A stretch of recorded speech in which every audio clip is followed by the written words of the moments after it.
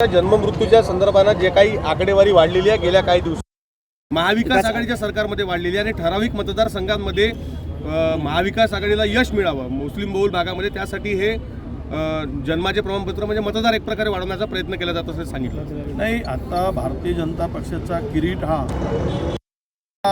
चांदणी आहे, तारा हे काही कळायला मार्ग नाही.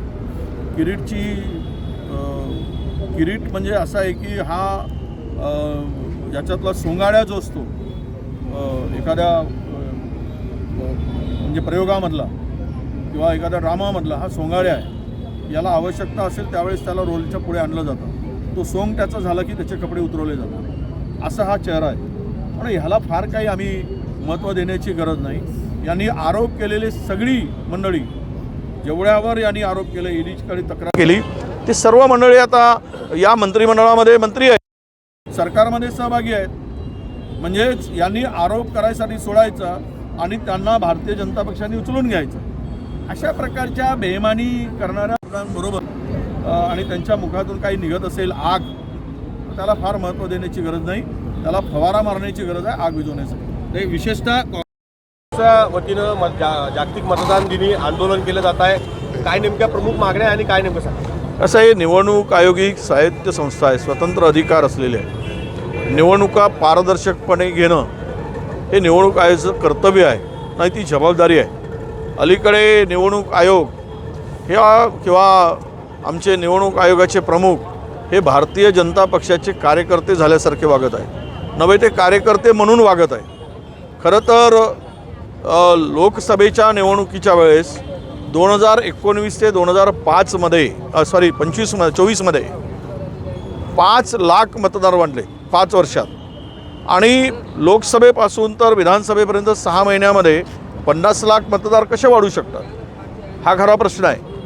त्यानंतर 5 वाजतानंतर जे 76 लाख मतदान झालं, त्याचं उत्तर आम्ही मागितलं की कसं झालं, हे मतदान कसे वाढलेत. निवडणूक आयोग या संदर्भात कुठलीही स्पष्ट भूमिका नाही किंवा आम्हाला त्याचं उत्तर देत नाही आहे. म्हणजेच या सगळ्या प्रक्रियेमध्ये निश्चितपणे घोळ झालेला आहे. आणि ज्या पद्धतीनं निवडणूक आयोगाची भूमिका आहे, ही भूमिका म्हणजे कार्यकर्त्या भारतीय जनता पक्षाचा नेता कार्यकर्ता असल्याप्रमाणे राजीव कुमार वागत आहे. म्हणून जर ही अशीच प्रक्रिया सुरू राहिली, स्वायत्तता नष्ट झाली, अनेक स्वायत्त संस्थांवर मोदींनी कब्जा करून ठेवलेला आहे, मोदी सरकारने कब्जा केलेला आहे आणि त्यांच्या इशाऱ्यावर या सगळ्या स्वायत्त संस्था काम करत आहेत. मग ह्या खरं म्हणजे या देशात लोकशाही आहे का? लोकशाही शिल्लक ठेवली गेली का?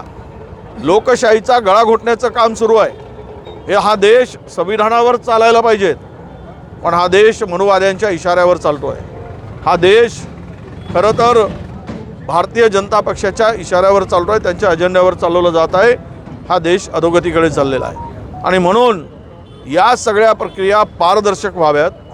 यामध्ये निवडणूक आयोगांची भूमिका ही पारदर्शी असावी, प्रामाणिक असावी, इमानदारीची असावी.